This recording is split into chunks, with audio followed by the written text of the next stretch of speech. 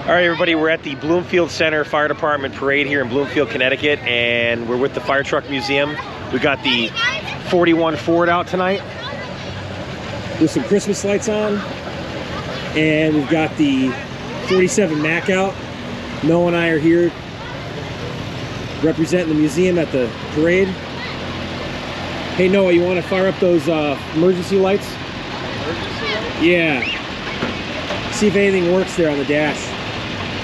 This 47 Mack's been sitting for a long time since it's had a ride like this. Same thing with the Ford. We're getting them out tonight for the parade. See if any of these lights come on.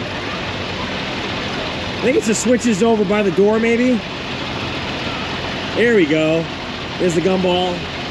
Oh, I got one flasher. That's good enough. There we go. Oh, we got the ones in the back too. Sweet.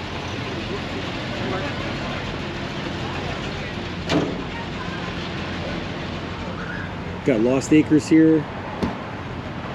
And we got all the trucks lined up on the street here. They put the big trucks out in the main road, getting ready for step off.